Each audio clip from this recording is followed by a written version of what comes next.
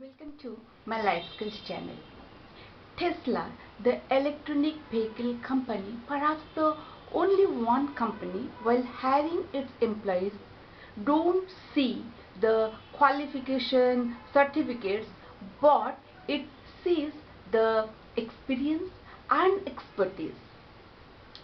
That's why related to this experience and expertise, how important it is in our life, my today's topic is experience and expertise. Hello, I am Nandini Das, academician, author and citizen journalist. Actually, because of the exponential growth of technology and the operational changes in organizations, institutions everywhere, that's why now the question arises, which is most important, experience or expertise? Now what we will do, briefly I will tell you what is experience, then what is expertise, then I'll tell you the two reasons why people look for experience, then I'll tell you two reasons why people look for expertise, then I'll tell you some low progressive organizations, what is their agenda, why they look for expertise and experience, and in the end I'll tell you two ways how you can practice, you can have both experience and expertise, and which is suitable to the present world. Now, what is experience? Experience is when you invest your time and do a particular work for certain period of time, that is called your experience. Right? Suppose you are cooking for 5 years. So you have experience of cooking 5 years in cooking. Right? But what is expertise? Expertise means deliberately you invest your time, your focus, your energy, you learn a skill, you practice it, even you perform it. Just like nowadays, people are learning, suppose AI, how to use generative AI. It can be anything, even if painting you can do, so it can be anything.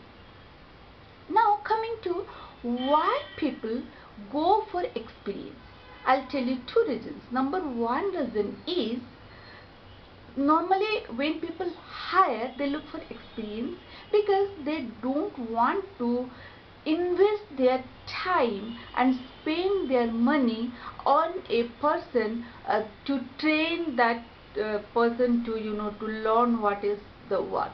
That's why they look for experienced person. Number two reason is they feel risk free. They think that if somebody has experience, then there is less risk or no risk for doing the work. Now coming to expertise, how, why people choose for expertise. Number one reason is, of course, because of this accelerated growth of technology, everything is changing, the landscape is totally changing because of technology. Even the work style, as I told you, the operation style is also changing. It is not only the technology, but the work culture is also changing. That's why they need expertise. Number one. Then number two is, some people, they just respect, they they admire your, you have, you give your time, your energy, your focus to learn something. So there are two reasons why people, they look for expertise. Now coming to, so now that's why you know that both experience and expertise are important. But I'll tell you some low progressive organizations why they hire experience or expertise. My number first reason for experience is, first of all, they have a closed mindset, not growth mindset. So what is going on, normally people look for experienced people for such a long time, we are hiring based on that, so they don't want to change and they hire that. Number two is, why they look for expertise? If there is no other way to find somebody, suppose there is some software so nobody can use that, so they have to look for a person who has expertise. Either that person has expertise before, or that person is willing to learn that and execute on that, so they hired that person. Here, why maybe, and another reason might be they don't want to pay one experienced person. Who is experienced person, normally they want more salary, maybe they don't want to pay. So if they will hire a novice, they will pay less. They will get expertise, they will pay less. That is also that. These things, I am not talking about companies like Tesla, I am talking about some lower progressive companies or organizations or institutions, whatever you say that. Now, when we know that both experience and expertise, they are important, and everybody nowadays, whether you do go somewhere for work or do your business, anywhere you need your experience. People want to see some social proof, isn't it? Even if you are doing business. So how you can create, even if nobody gave you experience, how you can, or you are not enrolled somewhere in a big organization, how you can show your experience and expertise. Number one, first of all, you have to earn your expertise. For that, you have to acquire knowledge, you have to learn something, you have to practice something, you have to execute that somewhere.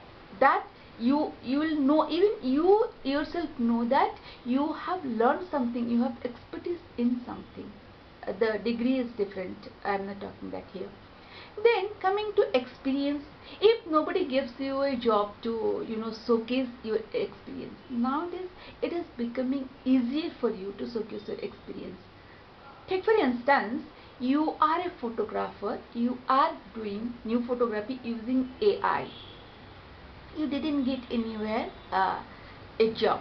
So how you can showcase your experience, both expertise and experience? Maybe you can make a portfolio of your whatever work, how you are doing this, explaining your work, and also the result, how photographs you have taken. If you make a portfolio on that and you just present that in front of the right person, no matter if you don't have a certificate or you don't have anywhere experience from somebody, but if you know that you can do that work, you have already done that, and you present that, no matter you don't have